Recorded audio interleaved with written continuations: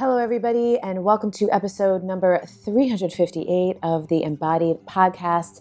Today we have Eliza Reynolds with us, and Eliza is the creator of Badass Girls.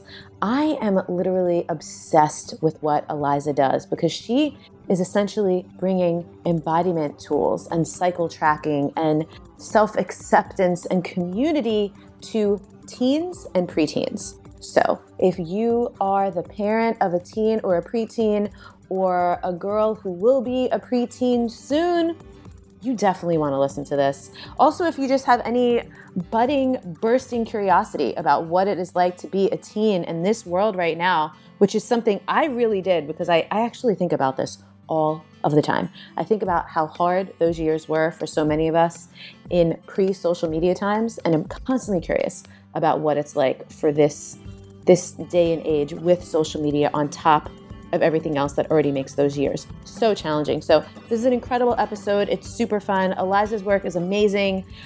I cannot wait to get into this. I cannot wait to hear from you, hear what you hear about it, what moves you, what touches you, all the usual things that we're excited about with these episodes. So here we go.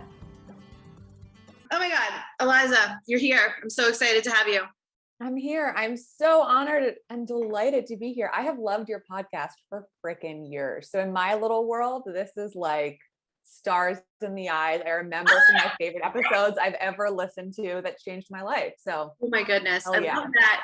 I need to ask you first before we go anywhere, and we're going to go to a lot of places today. Great. I've been asking people, how's your body? But I decided this morning for this fall season, which we're, it's not even fall yet, but your interview will air in September.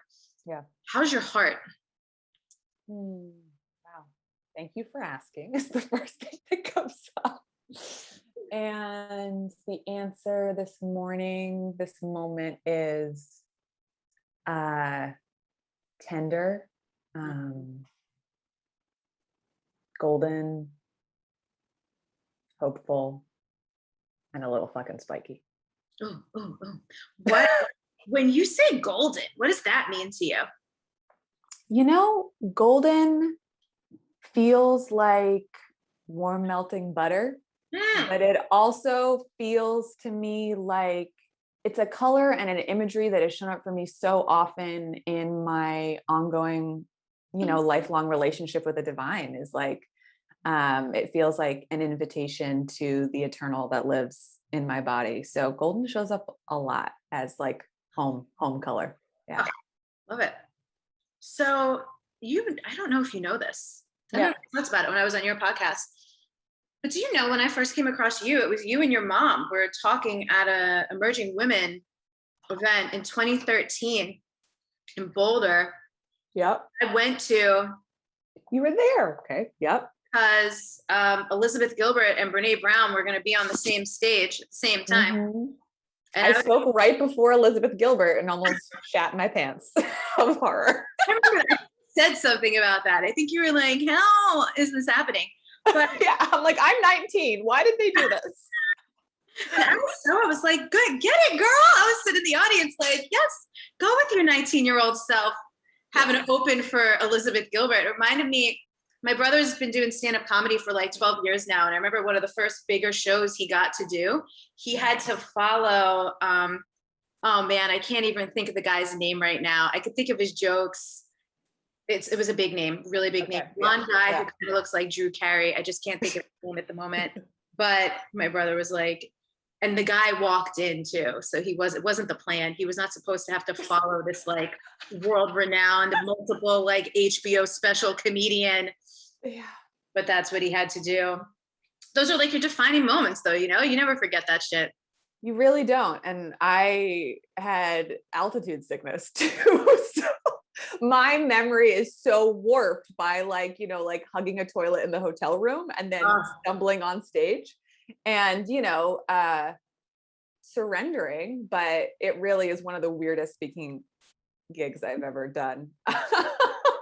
But so many sweet connections came from that. So I'm grateful to hear you were there too. What was amazing about that for me is at that time, I think you and your mom were doing work that I think it was literally called like Mothering and Daughtering. Yeah. Our book, I think had come out the year before or something like that, which is part of why we were, Mothering and Daughtering, which I wrote when I was 19. Yeah. And at that point, I had literally just stepped into, I'd probably been like a year into exploring the mother wounds, though I don't think I had the languaging for mother wound yet. And I was like, wow, it just blew my mind to see a mother and daughter working together consciously. I was like, oh, We did it for 13 years. Jesus. 13 years. I mean, and we are still adore each other. We just now mostly do other work, but like we were on a podcast together last month because we were like, oh yeah, sure. Let's hang out and chat about mother-daughter stuff. You know, let's get the band back together. Why not? Basically, it felt like a little reunion. I love that. And so what was it like? So you do this amazing work with, what's the age range? Is it teenage or tweenage or both? We call it preteens and teens. So our age range is 10 to 17. So 10 to 13 is what we kind of call preteen. And then we do 13 to 17. We split them up into younger teen and older teen, but we love the intergenerational weaving of preteens and teens. And I know it can sound hardly intergenerational to us, but when you're in those developmental years, you know, it feels like fucking forever, you know, to be a 13-year-old talking to a 15-year-old sometimes. So yeah, that's our age range. Well, and especially because depending on like how someone is schooled or where you go to school, like that could be the difference between still being in middle school or being in high school. Like it actually is. Oh yeah. So is tremendous. Yeah. So we offer a lot of 13-year-olds, we call it cusp ages. You can work in the preteens, you could be in the teen. 15-year-olds could be with the youngers or the olders, which is just the very beginnings of us trying to honor that age is just a freaking number. Yeah. I mean, I'm an example of this. I've been doing this since I was 15. So I just turned 30 this year and I've been doing this for 15 years. Wow. And I'm like crossing over now this coming year. It's like now more years than I've been alive. I've been facilitating preteens and teens. How was turning 30 for you? So turning 30, I loved turning 30 so much. I felt like something had literally, that's the only birthday of my life that I remember. Like the clock struck midnight and I felt I sobbed. I was like, wow. Like I hadn't acknowledged how hard my 20s were until I was like, they're over. Okay, I could admit they were so hard. But I also in a way felt like I had become a woman. And actually it was just a month before that Emerging Women conference. I bought myself that on a credit card, by the way. I couldn't hear you. That was like my 30th birthday present to myself. 30 was an ecstatic experience for me. And I have loved getting older every year that I've gotten older.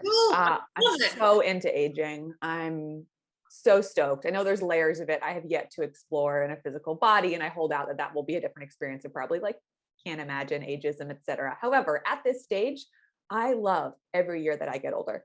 I think I was always trying to be older when I was younger. You know, I had older friends, for better, for worse, but also I think I was so aware of the rampant ageism with young people. You know, we have the ageism of we're obsessed with physical beauty and youth, but then I was like, please, somebody listen to me. I have so many thoughts and feelings. And, I grew up without siblings. So I was always with adults. And every year that I got older, I got so excited, honestly, to be taken a little bit more seriously. 9 planets in Capricorn over here. So we can... Oh my God. I don't even take me seriously. I'm so sorry. 9. Yeah, I do a lot. I mean, I also have a lot of Sag and Leo and a little Thank Scorpio. God you got some fire in there. I needed to, but yeah, I used to hate that I was Capricorn because, it felt like every astrologer ever was like, oh, like Capricorn felt like the cosmic accountant, like the patriarchal accountant. And I was like, fuck this. I am a sassy, interesting 17-year-old. Why is my horoscope every time telling me what I should do with my budget? But, yeah. A sassy, interesting 17-year-old. Come on. I'm not. So not me. Teaching sex ed in my high school, I've just always been the one saying the outrageous thing to see what other people did and keeping a straight face. And, I'm like the condoms on bananas girl for 5 years in high school. But, I've come to fall in love with Capricorn. It's kind of been out of necessity with 9 planets in the gosh darn sign.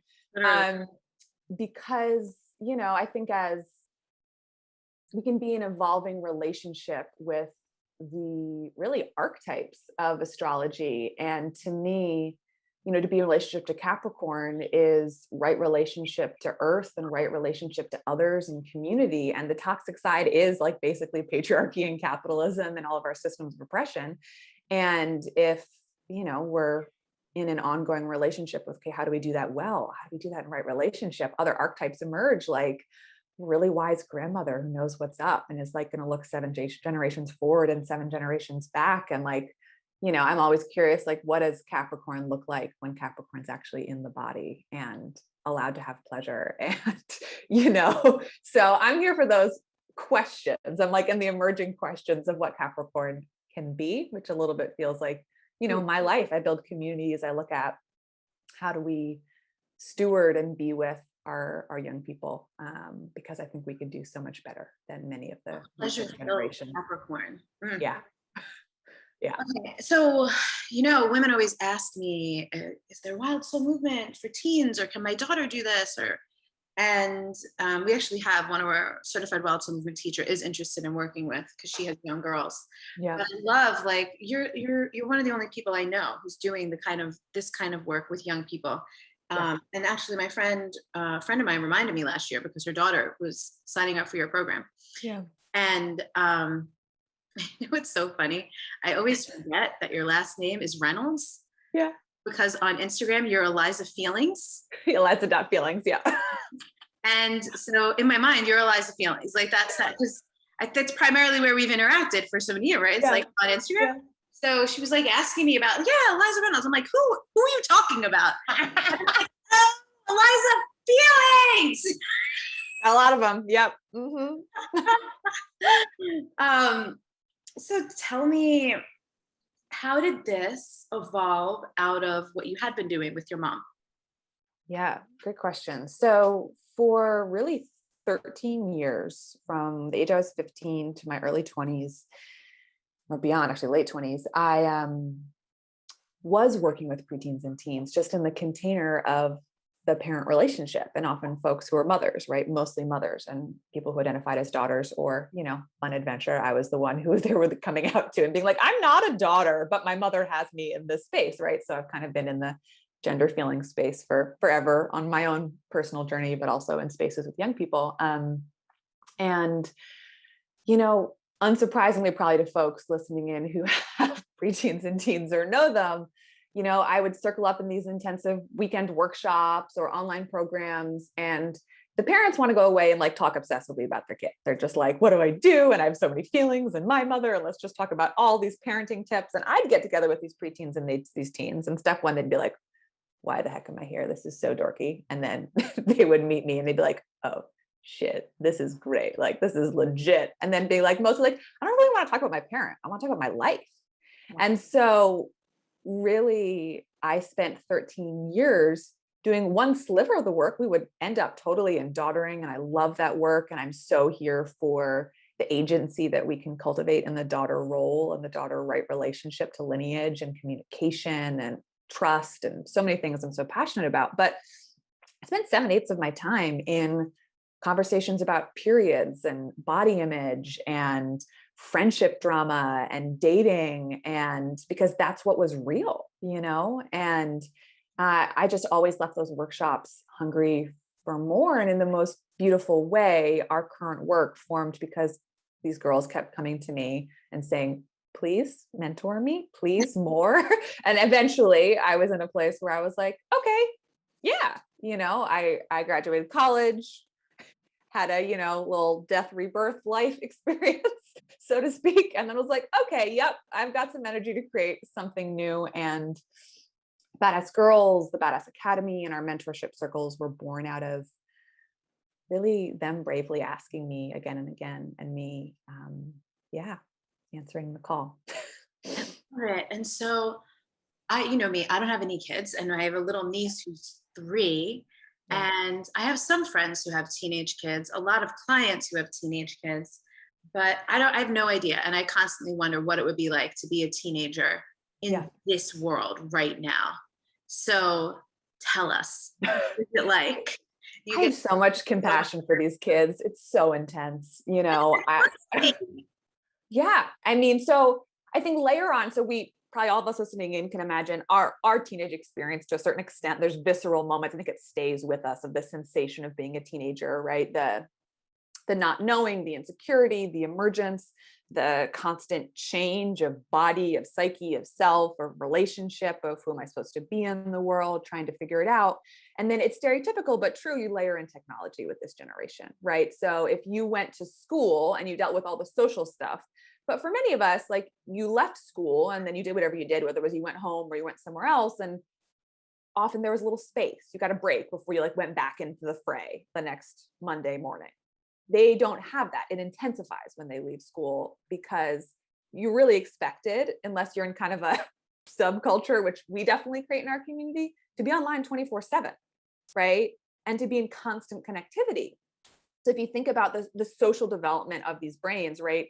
Brilliant preteen and teenage brains. I'm just obsessed with preteens and teens. I think they're so cool. I don't think we talk about how amazing this developmental phase is enough. It gets such a negative stereotype, but the prefrontal cortex, right? This part of the brain that really creates adulthood in many ways, we could say, doesn't fully develop till 25 or 26. And so our teens are in this development of being able to have a bird's eye view, being able to understand consequence, right? And there's a lot of peer orientation, which can go healthy or unhealthy ways, like really we see with this generation more than ever something that we would call peer orientation in actually a pretty toxic way. And this comes from Gabor Mate's work and Gordon Neufeld's work into we're seeing teenagers change their primary orientation or primary attachment from adults to their peers, right? And this didn't always happen. This began to happen in the 50s with more nuclear homes and the changing of how lots of people's lived. And it varies from home to home, but here's what happens. You change your primary attachment, meaning this is my place of security, stability. And then when life happens, other teens aren't that stable, right? So we see things like we are seeing loneliness on the rise, suicidality on the rise, eating disorders on the rise. And those are depressing things to cite, but it's true even pre-pandemic, right? We've had a really problematic year and a half as somebody who works with preteens and teens. It's been really hard, right? And there's just so much isolation. And if you think about it, what I'm seeing from an attachment perspective is they don't have a culture that's normalizing healthy adult dependence and connection.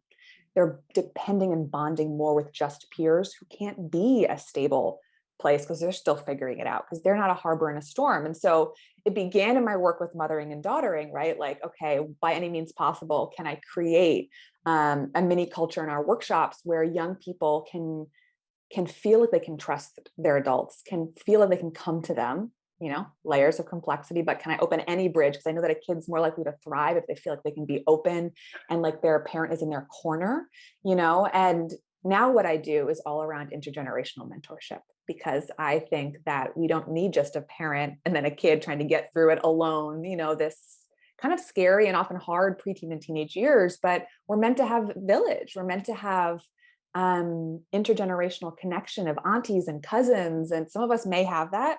Many of us don't. And that's what we build is we have incredibly well-trained mentors, big siblings, big sisters who are easy for these young people to go to and then create more and more stability. So that's my long way of saying it's a lot to be a teen. I love this. When you were saying, imagine your experience in high school and then just through some of the things that you explained, one of the things that came to mind for me is integrity. Because, and this is funny, this is something my mom and I talk about sometimes now, which is I lied a lot when I was a teenager to be able to do whatever I wanted to do. I lied about where I was going, who I was going to be with or whatever, because I was determined to do whatever I wanted to do. And I didn't care who was telling me I couldn't do it, especially once I got a driver's license and had a car, which was like, I need to tell you where I'm going, Now I just don't, lying is not on my menu of options for things unless I need to get myself out of harm's way, And it's interesting because finding out how much I lied when I was a teenager, my brother too, was really hard for my mom because she was like, I told you, you could tell me anything. And it's so funny because it's cool. But the reality was we couldn't really tell you that much because you lose your mind, like Yep. it's so interesting, like, because I'm just seeing that gap, right, between a parent being like, but I said, or whatever. Yep. But the experience of the teen or preteen or whatever is like, there's no way I can tell my mom that. Like the perception of trouble or what might be taken away and things like this. The other thing, though, that I think about so much that I certainly, my brother and I even talk about this, couldn't appreciate at the time was how my parents were more strict than other people's parents, right? Yeah. I think about things that other people were allowed to do that we weren't allowed to do. But then now in my years in my work, I see how many people's issues as adults are because they felt unloved by their parents. And I now realize, I'm like, our parents loved the shit out of us. Like, I understand, like, when you're a teenager and you're looking at it, you're being like, God, I'm not allowed to do anything. My parents, I'm missing out. But then you're like, but damn, these people really care. But like, I never questioned that. Like a lot of confidence and self-esteem issues that other people have, I never had because I never felt unloved. Like a moment in my life, I never felt unloved. Like these people wouldn't like die for me and do anything for me. And so I'm curious, like that aspect in this like digital weird technology age, in pandemic, like that relationship between parent strictness or not, or kids doing things or being monitored, because now parents have to monitor kids like digital behavior. I know, it's such a mess.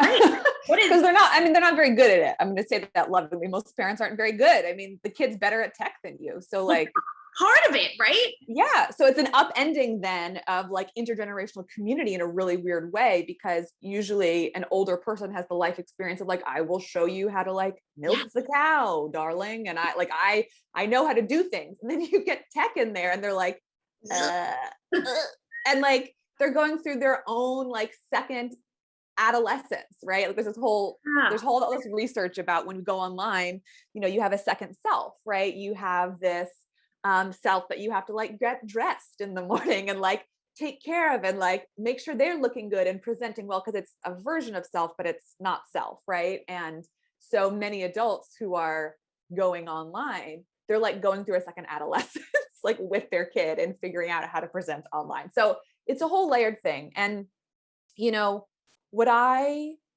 say to parents, is that I'm really here for boundaries. I'm really here for pretty intense tech boundaries. And sorry, not sorry if your kid throws a fit. If a 2-year-old has a tantrum, we go, yes, 2-year-old, developmentally appropriate. In the teenage years, they also have developmentally appropriate tantrums. No teens will like me saying this if they're listening to this podcast, right? You're all very mature and very cool.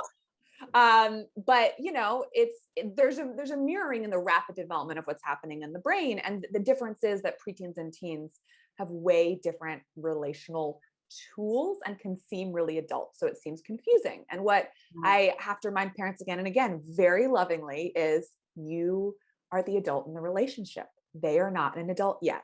They might seem it. They are on their way. I know your kid is a brilliant, maturing, wise genius. I'm aware. And you are still the adult, which is tricky when they can say things that sound adult. But you need to remember, they're still figuring that out. And it might feel like rejection when they're like, I hate you. Why'd you take my phone? I like to replace it with resistance, and resistance is healthy. And this is, circles back to you asking me about like, what's up with teens and what's it like to be a teenager now. Is I really hold the teenage years as sacred, and I know I can drop into that with you on this podcast. Not everywhere am I like, the teenage years are the most sacred phase, but I am obsessed with that layer of it, because I see that the initiations of the teenage years are pretty much the exact things that our culture is the most uncomfortable with. Yeah. So we're like, oh, sensuality, pleasure, and sex. Hi. Our adult culture, dominant culture is like, I don't know what to do with that, right? So teenage girls, let's project so much shit onto them, avoid it, not talk about it, etc. Right? Make it about the tank top straps. Oh my God, distracting, right? We're in endless discussions of distracting in my community. Blessed be the parents who are, out there fighting the school boards. Go do it. Don't monitor your kids' clothes exclusively. Go do something about that. I get asked that a lot. What do I do about my kid and what the clothes she wants to wear? We can go into that later if we want. But so like, whether it be sex, then we have like For me, I think the relationship between purpose, meaning, what's my place in the world, which to me is connected to spirit, which to me is connected to spirits and substances and addiction. We see so much of that as a supposed initiation. Yeah. And then there's a waking up to, I think in many times there's a waking up to the collective, to systemic injustice, to oppression. We see so many kids becoming like activists, which is like so beautiful. And then also we see them in utter despair at times, right? Because I mean, all of us adults can visit those places, but even less tools to do that, to hold center as a young preteen and teen. But there's still that deep feeling, right? They're often learning, I think, to hold the full range of the feelings in a more conscious way. Mm-hmm. So we could call that, inner dancing with change, dancing with shadow, dancing with all these feelings. Now, here's the thing. Most of us adults were not held consciously through that phase. We reached some of those thresholds and people went like, nope, edit, backwards, delete, like, no, it's not happening. Or they had one very awkward conversation, or we were shamed for our anger or our grief or our heartbreak that emerged righteously in relationship to starting to witness more of the world around us. Mm-hmm. And then we shut down. And so I see with it bubbling up in parents' kids that it invites them to be in relationship to that part of themselves that was maybe unmet and unseen. And so this cycles back around to boundaries, because can you get down with your kids' resistance, with their anger, with their sadness, with their beautiful emerging sensuality and sexuality, right? And it's going to often require that you get down with yours so that you can hold that container when, they're going to freak out a little bit when you set boundaries, but please do it. The research is so freaking clear. It just means you kind of have to hang out in some uncomfortable spaces while you set loving boundaries, because part of your job is making sure that your kid is safe. That is part of your job as a parent, and it can get tricky. And so call in allies and support, build loving community around your kids. You're not the only one doing it. But that is your job. I'm so sorry. And congratulations. It's your job. And I find, like, and I just reflect on like the women in my family and some of my friends growing up, and I look at their parents and stuff like that. There's this hyper individualism or hyper independence. Yeah. Where people think they should know what to do, even though they're doing something they've never done before. Yeah. Right. And I think parenting, that's entirely what parenting is for a lot of people. Seems like it to me. You know how to do that. You should be better at this, but how?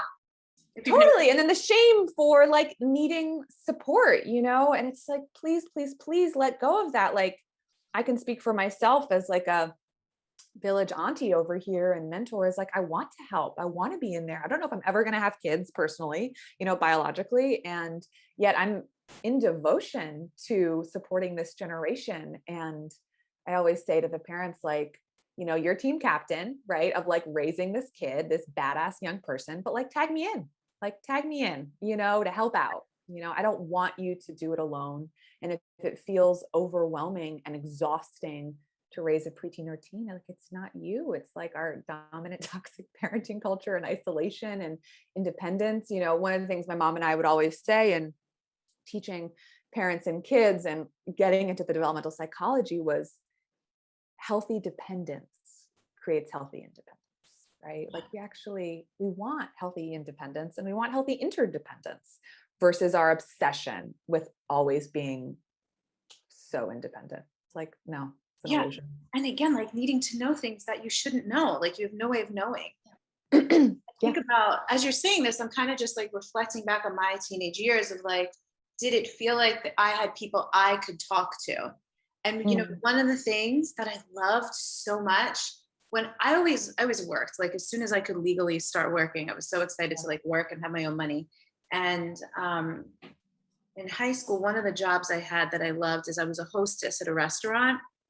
And one of my favorite things about that was there were women there, just like in college or in their young 20s.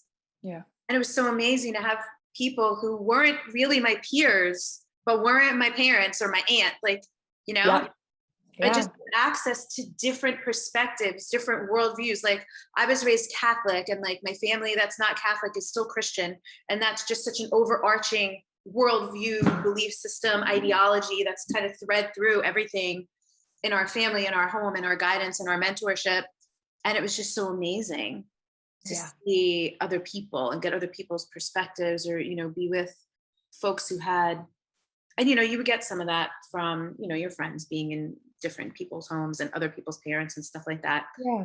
But still, those were parents. I mean, I think we find mentors. Like, you look at any young person and they gravitate towards, and I'll put mentor in air quotes, but people of a certain age who may or may not know how to do healthy mentorship. I certainly had some very unhealthy mentors as a teen. I was just so desperate, like camp counselors, like anybody, I so wanted that cool older perspective, and I even think teen like celebrity crushes to me is also a seeking for mentorship. They're like, what do they wear? What do they like? Like, we will find it wherever. That's where I'm always like to parents, I'm like, they're going to find it. So do your best to get some healthy ones in there, right? Help yourself out by whatever means necessary, get some good ones, because it's healthy. They're naturally seeking it. Yeah. I love that. This is so, I want to go back to, I made myself tune up while you were talking. Yeah. I'm also down to talk about lying. I wrote down lying. I'm like, ooh, you lied. Let's talk about that. Let's talk about sacredness, and then let's talk about lying. Great.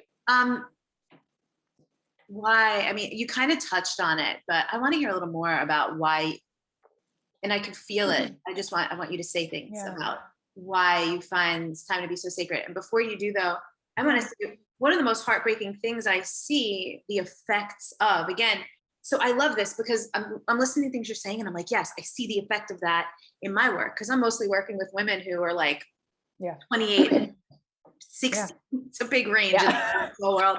But even plus, like, I've had, like, one of my favorite clients is like 67 years old, but the effect of those years not being treated as sacred, because you were talking about like initiations. Yeah. Most of us were not consciously initiated through those years. And you said that as well. Yeah. I see it. It feels like this fertile, amazing, ripe time that could be sacred. Yeah. But it's really, again, I can't blame parents who don't know what they don't know, because they didn't get it either. Didn't get it. Yeah. But damn. So talk, just whatever you want to say about that. So I'm like full on starting to cry right now, because I love crying. No, it's great. And I feel that, I feel that ache and that hunger and that longing that I think so many of us had. And I had a half experience, right? I had an experience. My mom was pretty gosh darn on it. There was a lot of sacredness, but because I didn't have the healthy mentors and the healthy peer culture, I had one foot in toxicity and an eating disorder and dating the dude. So I didn't really want to date, and, being in the closet, and, so that I kind of had a half. So I did some recalibration of that. And I think when we don't have it as a sacred experience, there's a part of us that walks around as a little girl until we get it. Mm-hmm. And that can show up in every area of our lives. It's the little girl who's still in middle school waiting for somebody to pick on her again, or building the toughest skin fucking possible so nobody ever does, right? Right. My defense was, I will be so perfect, you could never, you could never have anything. I'll just be perfect. Good luck finding anything. Yeah, exactly. Good luck, because I've already destroyed myself over here. Woohoo. It can show up, big one, sex, relationships. If that wasn't held as sacred and consensual, which is, like real tender spot here for so many humans. So many of us had early sexual experiences that were, to say the least, not positive. And there's a real spectrum there. It might be unpacking later, like, wow, I didn't know my body's physical cues, physiology. I didn't know what arousal really felt like. It was at best a mystery, at worst, like total misinformation and shame and blame. And that can carry forward in such a massive way, where we can build layers and layers and years of relationship where we don't have the tools to consciously come into our bodies or combat the rampant sexism that gets projected onto bodies. And so we have layers of like halfway consent and pushing past our no and wanting to please somebody else. And so I just see layers that build up. And I think we can go back, I mean, and I say that tenderly, knowing that I have many things in my life that, and moments from my teenage years, my younger years, my 20s that, they will always have happened. And yet I can learn to do more healing with my body, hold them differently, cultivate my own capacity to walk forward in my life in a new way. And people talk a lot about, like inner child work, and I'm here for the inner teen work. I see that if we can reconnect to that inner teen, I mean, she or they, or whatever pronoun feels resonant, I'll use she right now, like she who has so much rampant desire and it's not a fucking thing. Like she who is turned on by life, she who wants to burn the fucking world down, she who is a creative fountain, like she who rages and grieves and wears her insides on her outsides. Like think about some of these superpowers that teens have, and how much we shame and blame young girls because of how our society projects onto them, whether it be a homewrecker or jailbait or too opinionated or a mean girl. And that's just energy twisted. And if we are side by side with our young people, they can take this life force that's rising in them and direct it in the right places, right? Like out into the world rather than inside to self-destruct mode, which I see happening so often, right? The healthy energy that's supposed to flow unblocked gets turned inside, and self-harm starts to happen in many various ways. So many various ways. Because I look at, like, as you're saying this, it's fun. This is really fun for me. I'm looking at my teenage self, and let me tell you how I am alive and how I never was harmed. Some of the shit I had the audacity and the naivete to do. Yes. That like invincibility part, right? Yeah. And also the so much of the like the constriction again of like family values. Don't do this, don't do that. This isn't safe. And it's like for so many years of my life, it was like the best way to get me to do something would be to tell me not to do it. It's like my response, whether I even wanted to do it or not, it's like my response was watch me. Yeah. Yeah. Oh, you don't think I should do that? Now I'm interested. Yeah. Welcome to how it's funny, but how I enroll any program ever is a parent's like, you should do this. And the teen's like, yeah, fuck no. And then I'm like, hey, just get them on one call with me, one info session. And then I start the call by being like, I don't want you to do this. And then they all sign up. Because I'm just like, I don't want you to do this. No, seriously, I don't want you to do it for your parent. Like, I don't want you to sign up unless you're a hell yes. And let's talk about that. Right. Yeah. And so if we start with meeting the healthy resistance, then all the doorways open. So I hear you and we can play with it. And also, it's interesting. So I kind of come from some of the things that you were describing. I'm kind of like the opposite. Yeah. And I think we've talked about this with a couple of people on the podcast over the years, but at a very young age, I think maybe I was like 10, I just started exploring. I don't know how I knew to or what to do, but I started masturbating. And I mean, I've talked to friends, like some people very young, even younger than that, started just like rubbing their clit on stuff. And they were like, oh, that feels good.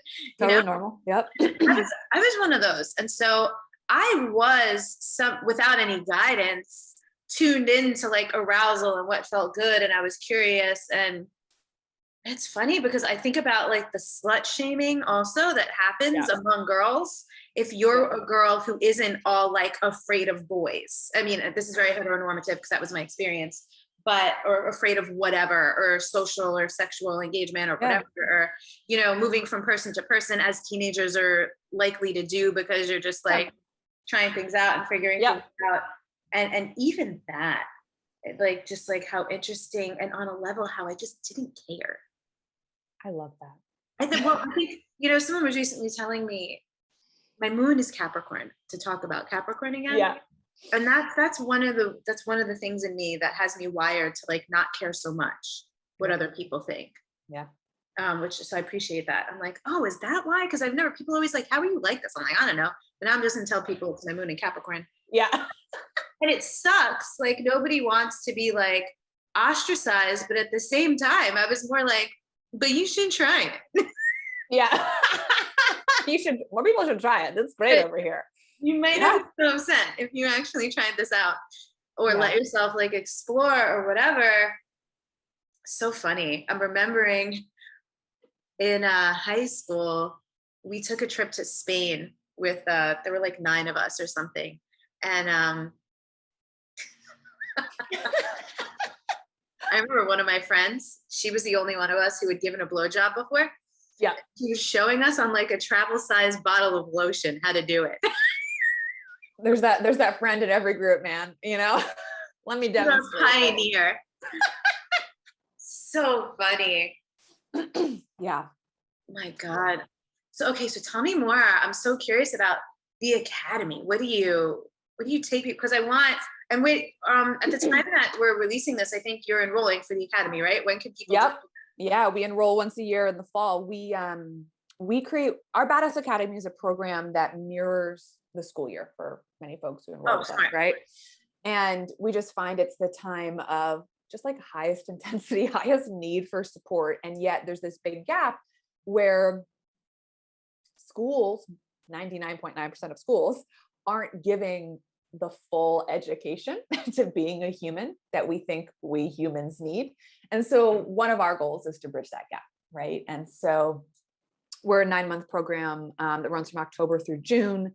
And it's steeped in positive peer community, intergenerational mentorship. We have, so many mentors who've been through our programs, mentors who are all incredibly trained facilitators. Different identities, gender identities, et cetera. We're all magical unicorns up in there.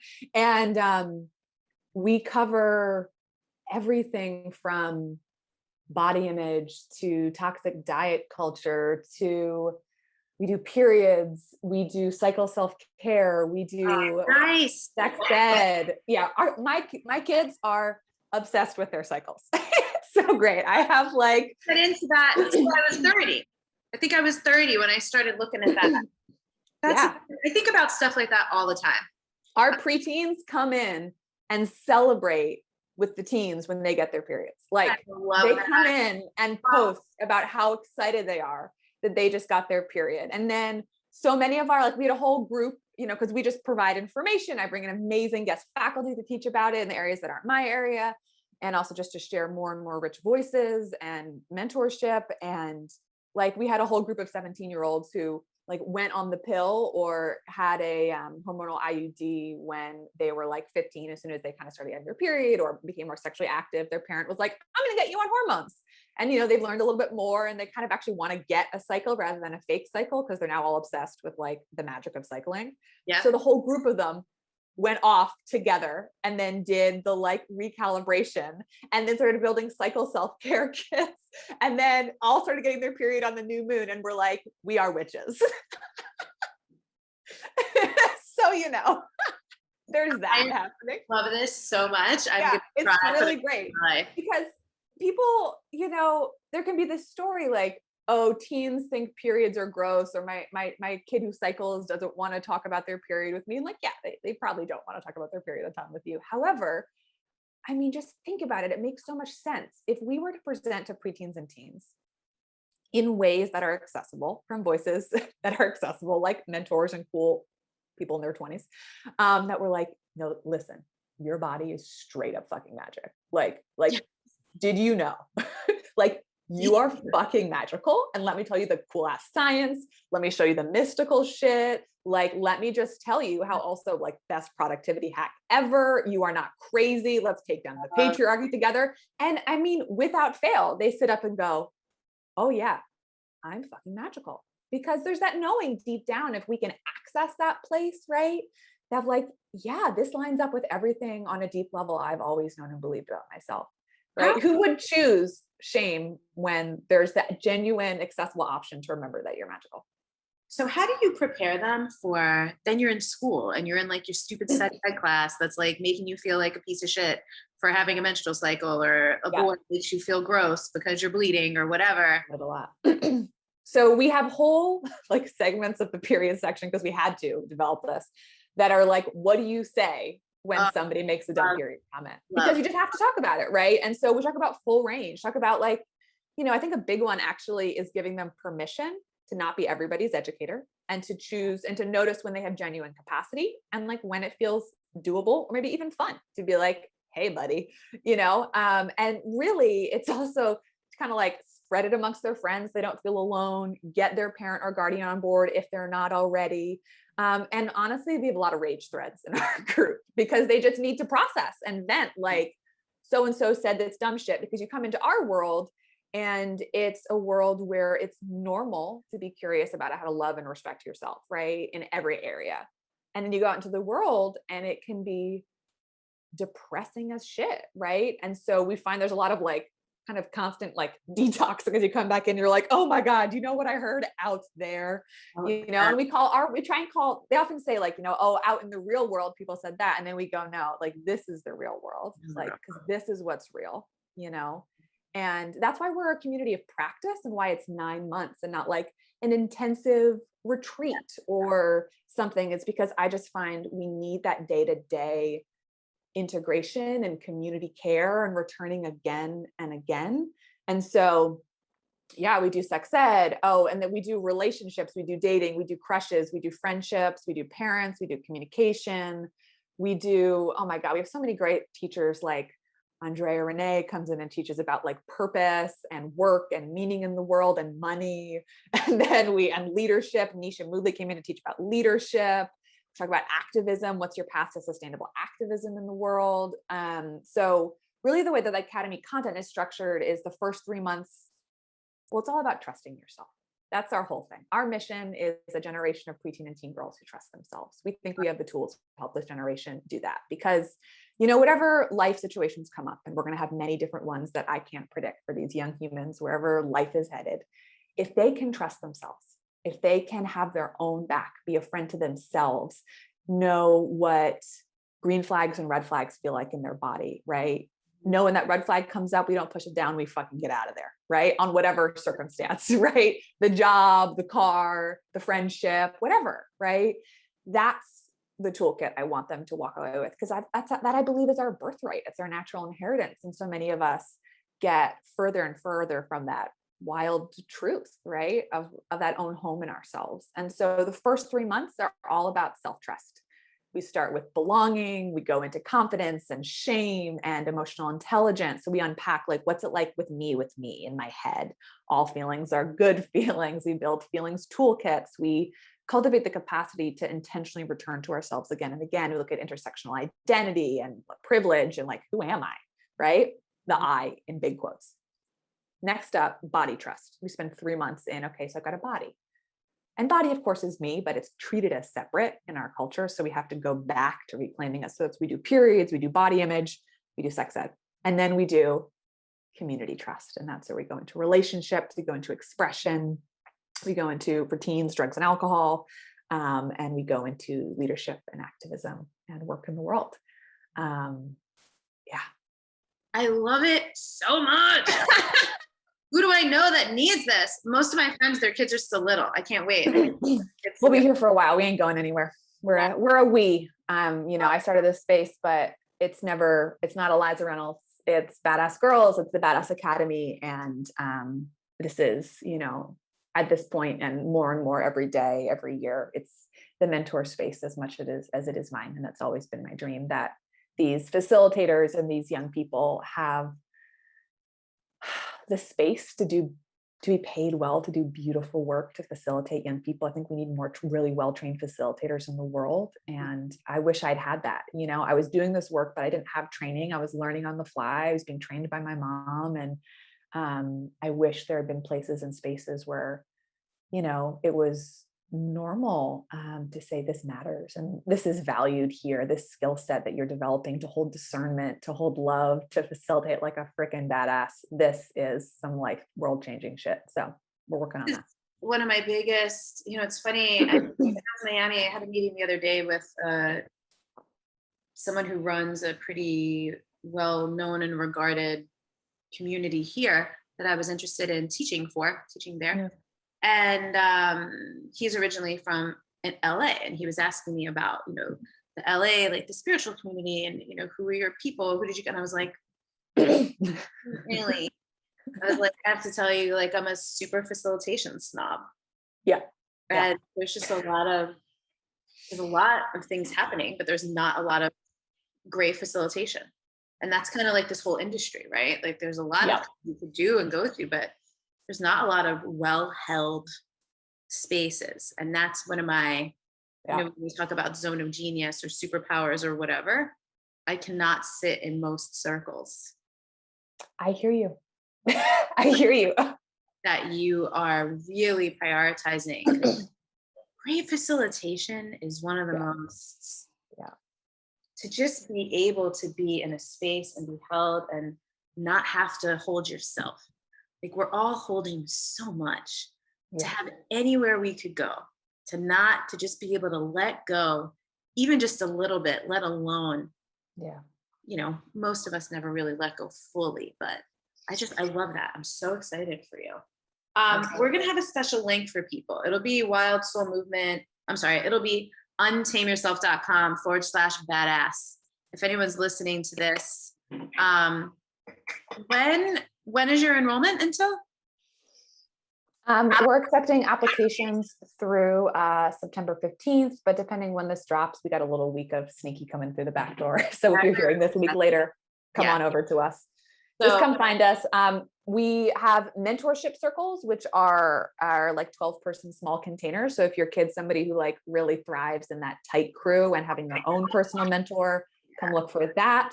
And if you're somebody who's like, my kid wants to be in the big old sea of everybody, like doing their thing, we have amazing community events. We have dance parties every month that I lead. I mean, we're just here being wild souls. Are you a Koya instructor? You did Koya? I did do Koya back in like 7 years ago or something. Like I did one of the first Koya teacher trainings. Oh, that's awesome. And then I did Koya Teen for Rochelle. I created Koya Teen. So that's a thing. Yeah. We trained, I think I developed it a few years ago, like for her, while I was also just developing our practice, because I was really obsessed with how do we do embodiment well for preteens and teens in a way that's accessible and doesn't project adult stuff onto them and honors like the societal cultural moment they're in. And so I did that like pre-COVID.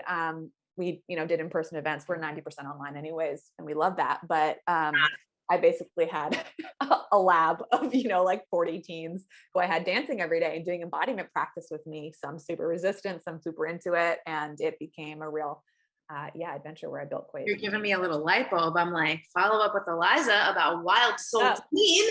Let's do it.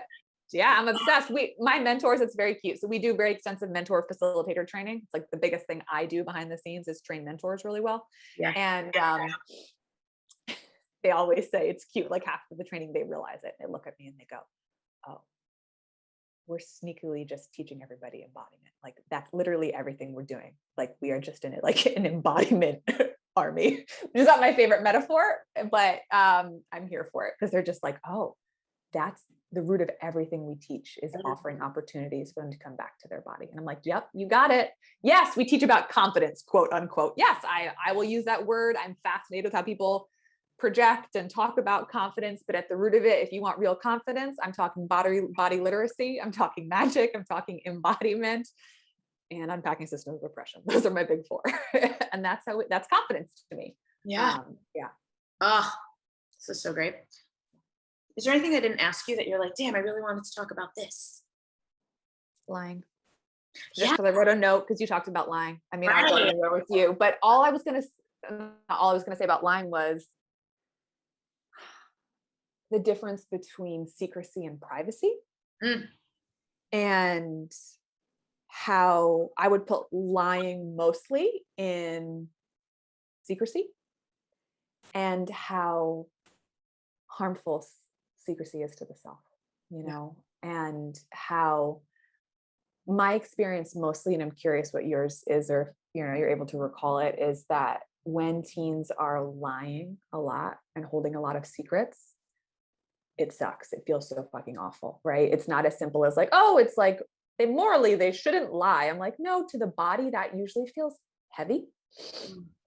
It usually feels like a lot to carry.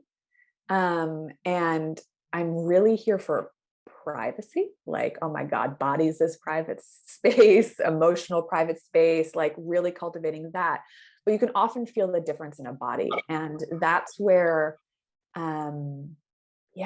as mentors, we then become the people who hear a lot of the stuff that was secretive, and then it doesn't need to be carried alone. And then a kid isn't working through it by themselves, which is pretty much what I wish for every preteen and teen, is that they feel like they have somebody in their corner. I'll say to parents who are like looking at enrolling or working with us is, I can't promise your kid's going to have it easy, right? They're going to have Phoenix moment after Phoenix moment, because life is hard sometimes. So, there's valleys, right? As well as mountaintops. What I can say is that whatever comes, we will be with them. They won't be alone. We will sit down next to them in that moment, right? And so we get all the secrets, and it releases when it's no longer a secret. And there's somebody who goes, hey, and secrets also have shame often hidden in them. Now, I also hear that with you, there's some layers around, like, in order to do stuff that's different than my Catholic upbringing, I kind of need to hide some stuff, right? And so there's a different layer there, You were saying it wasn't, my friends knew, you know what I mean? I wasn't like, there was nothing I was holding entirely myself. Yeah. But I know for a lot of people, that's a different case. It was more like, I have to lie so I could be myself. Yeah. And that's the key difference, right? So if you had a mentor, say you were in our program, we'd be like, right on, Elizabeth, like, right on, let's talk about it. Like, we see that you're safe. We see the XYZ ways. Let's talk about a few situations. Okay, great. You keep doing you, right? Yeah. And the safety versus, right? Yeah. Versus when somebody's holding a secret. And so I just want to say to parents or supportive adults listening in, with, if your kid is like, some secrets are coming out and they're kind of freaking out about it, just really want to remind you, like, it's a gift. You're giving them a gift by that they no longer have to carry them by themselves, even if they're kind of freaking out. As long as you can do your best to stay centered, to stay loving, to remove any shame-based language or behavior, and just like really, and not make it about you. Yeah, not about you. What they did to you by lying. Like, realize what they were trying to do for themselves or what they were seeking. Yeah. Not about you. Yeah. And go talk about your feelings and needs with other adults. Please. Please. Like, literally everything. Do not ever give them your raw processing skills. Just don't do it lovingly. Don't do that. Oh, I got some adults in my life I wish would have had that memo. Yeah. So, big one. Amazing. Well, this is going to be episode number 358. So if you want links to anything that we talked about here, you can go to untameyourself.com/358. If you want to check out Eliza's offerings that we were talking about, go to untameyourself.com/badass. I'm so excited to create that redirect for you. And I'm so glad. It was so great to be on this side. You've had me on your podcast, but I'm so excited. I want to be like, I'm so proud of you. I don't mean that in a condescending way, but like, I'll take that. I love it. I love everything you're doing. What I also want to tell you as we sign out here, I want to tell you how highly people speak of you. Your name comes up here and there with like random people I didn't even know knew you. And they speak every time your name is in someone's mouth in my life, they are speaking very highly of you. And obviously I've already known this, but after this conversation, I obviously see why. So I think what you're doing is amazing. I hope everyone will go follow you at Eliza.feelings. At Eliza.feelings. And if you want the parent content, you can go to on Instagram. It's at badassgirls.parents. And you can see stuff there. Or if you want the girls stuff, it's at badassgirls.me, which is also our website. Awesome. Love, love, love, love, love. Thanks, Eliza.